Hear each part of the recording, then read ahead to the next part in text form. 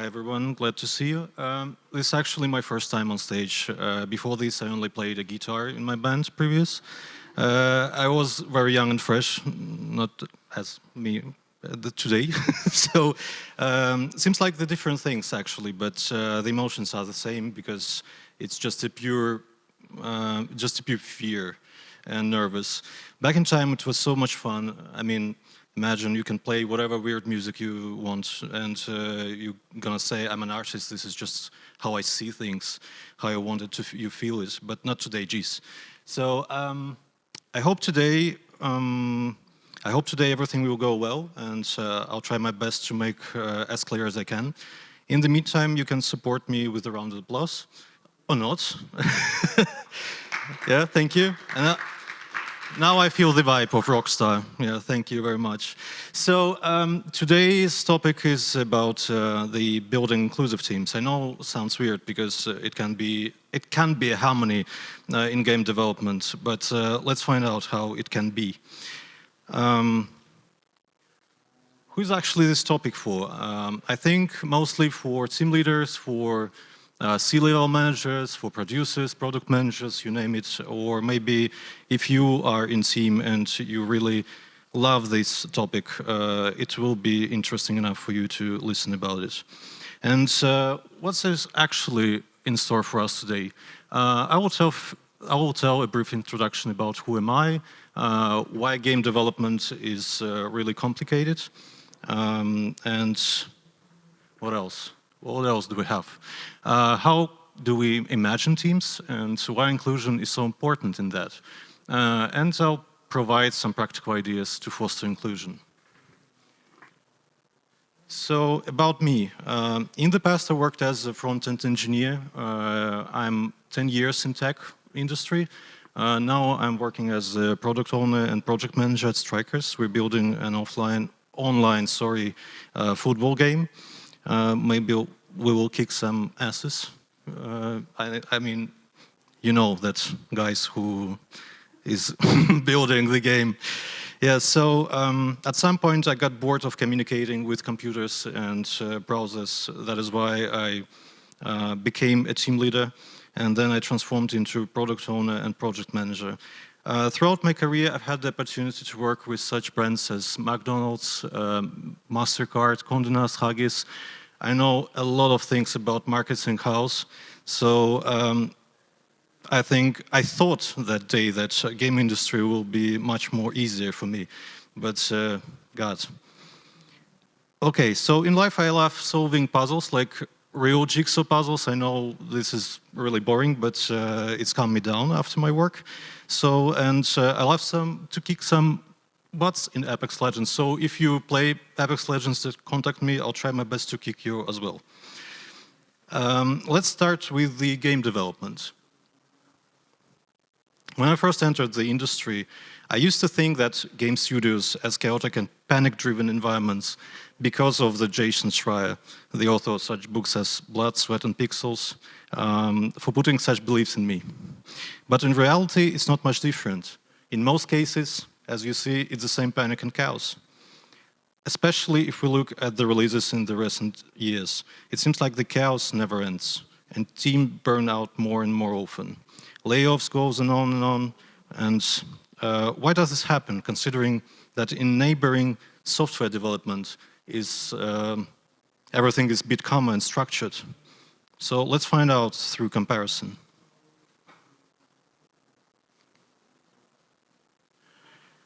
So if we compare software development with game development, there's little in common, except that people write code and there are managers around them. Any software product usually tries to solve user problems, while games or the products are more focused on entertainment the user, rather than solving their problem. In game development, the concept is more important than functionality. It's also necessary to keep up with trends, as any media products depends on them.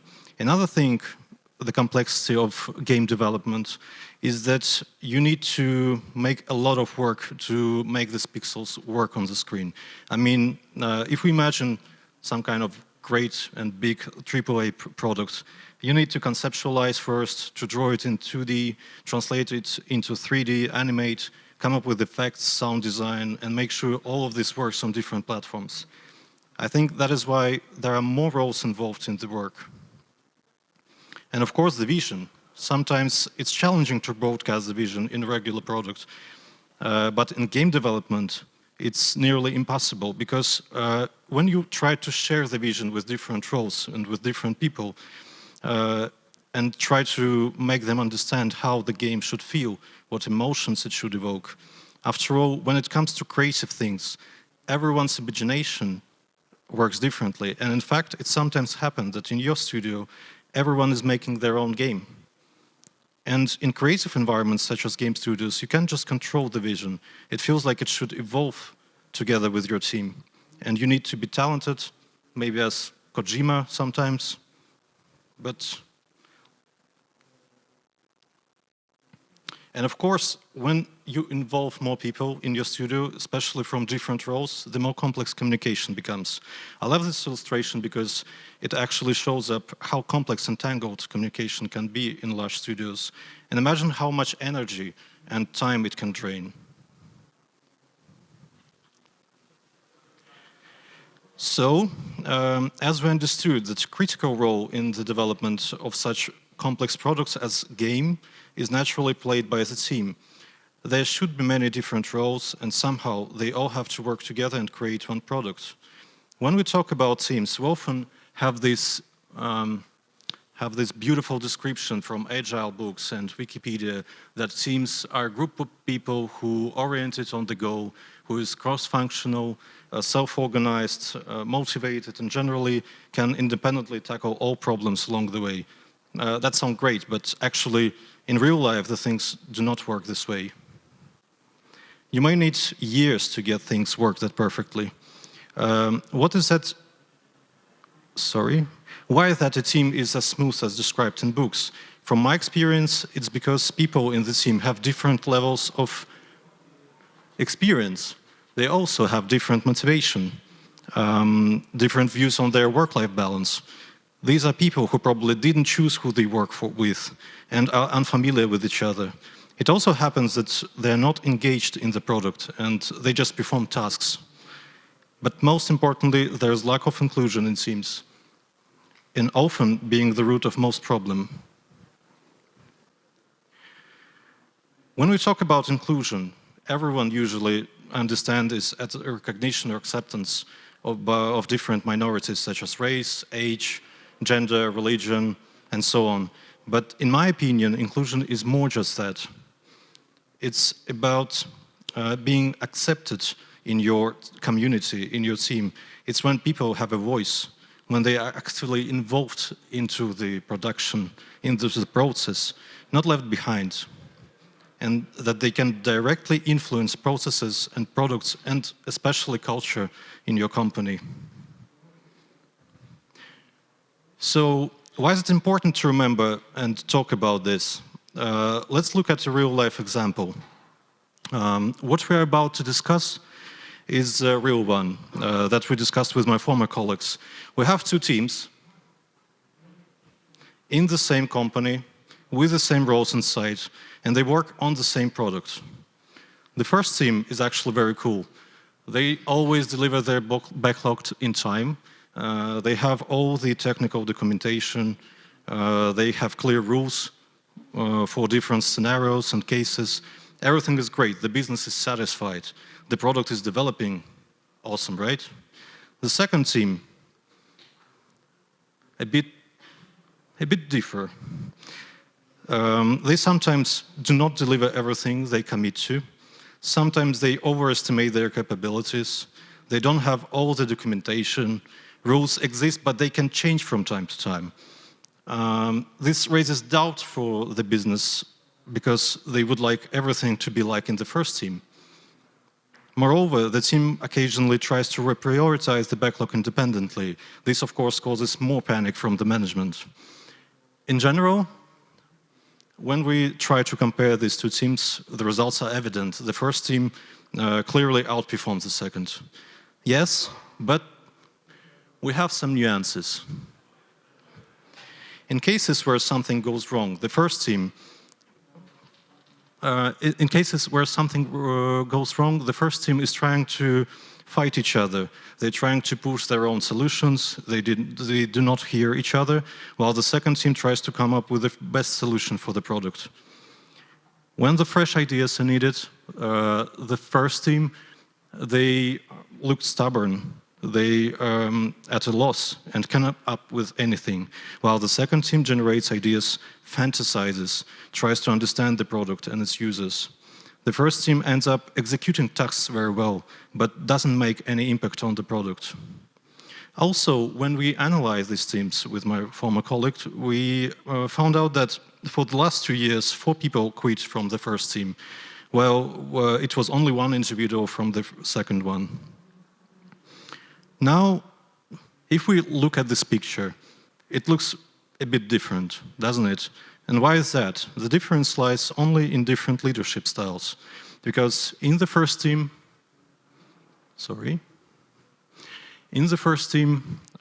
leadership style was really strict and it was direct. Deadlines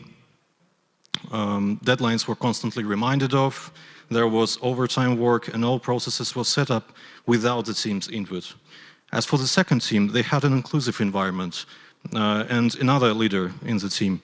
The leader helped and taught them how to think and make critical decisions by their own. He explained the goals. He gave the team a chance to change processes together, not just one manager that decided to make it this way. So how can we transform the team 1 into team 2? It's important to involve the team in creative tasks and impact on processes. It's not just about giving them the job done, and it's not about giving them tasks to set up a process or workflow and waiting for the team to come up with their own idea. You can just suggest a couple of options, look at them together with the team and ask for their opinions.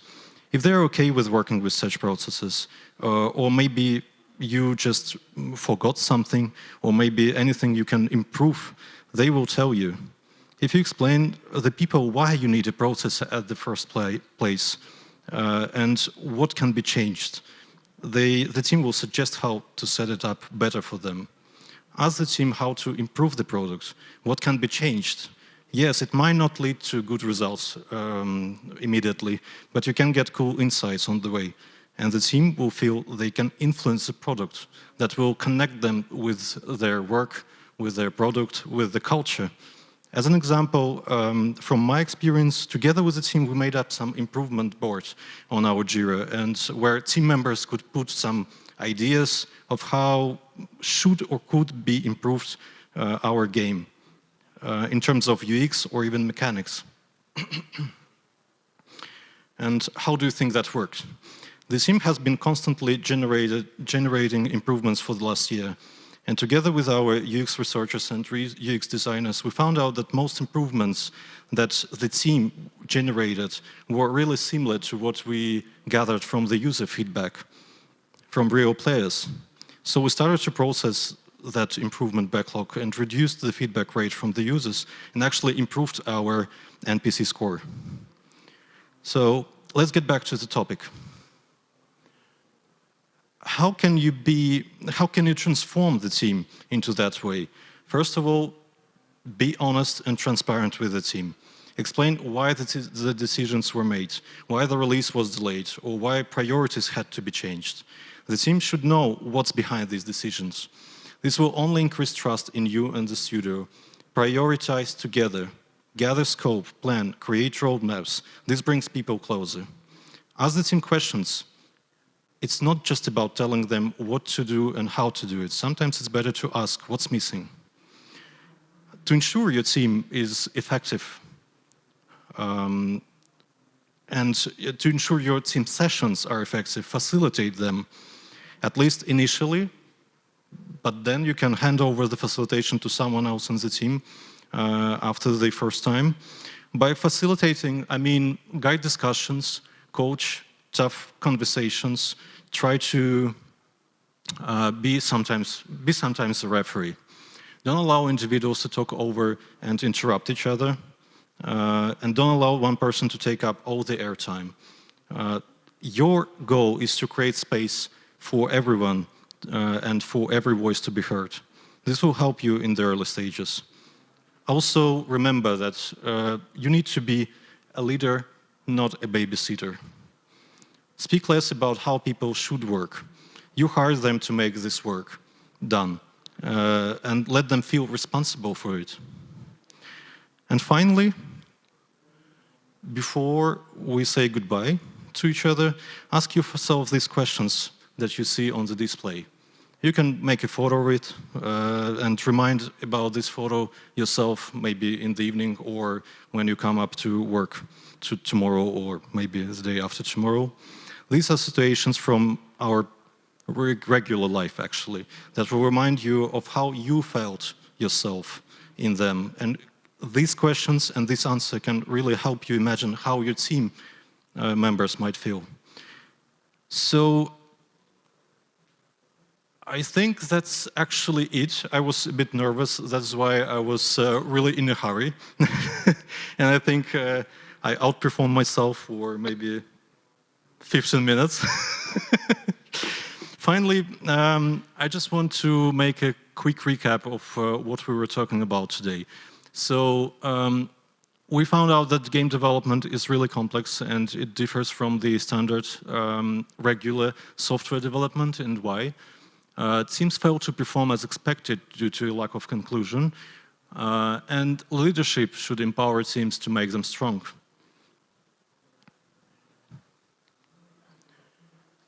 So I think that's it.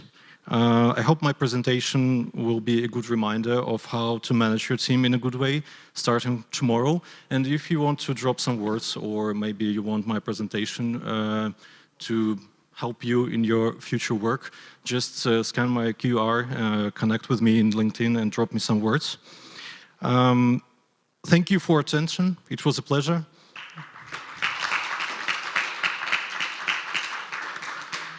And just one word, sorry. Sorry. As you may know, I work at Strikerz. We built an online football game. It's a multiplayer game. Our team is always growing, and especially before the release, we're scaling up a bit our teams. Especially my team, I also look for UX researchers, and I look for game UI engineers. So if you look for any opportunities or challenges, please scan this QR or share with your friends. We will be very grateful, and it will be a pleasure to have you on board. So yeah, thank you again.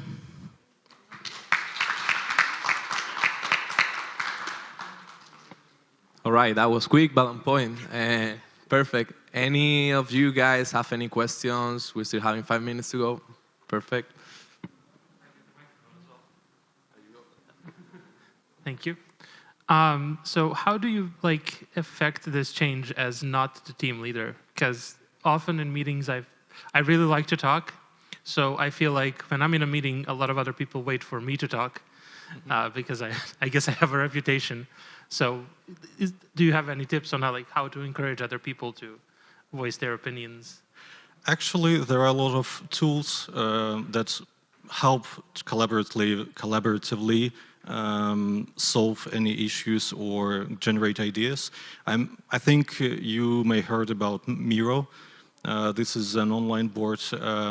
I usually use it as the tool to make everyone generate ideas. I know it's not easy for everyone to speak out loud because some people are extroverts, some people are introverts, and maybe you don't have, you don't think that your idea is actually important enough to be spoken about. So the mirror actually helps you to not speak about it, but just to drop some ideas into the common space.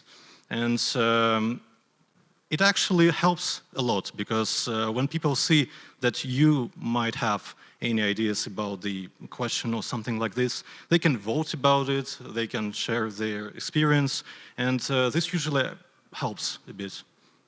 Okay, thank you. Yeah, no worries.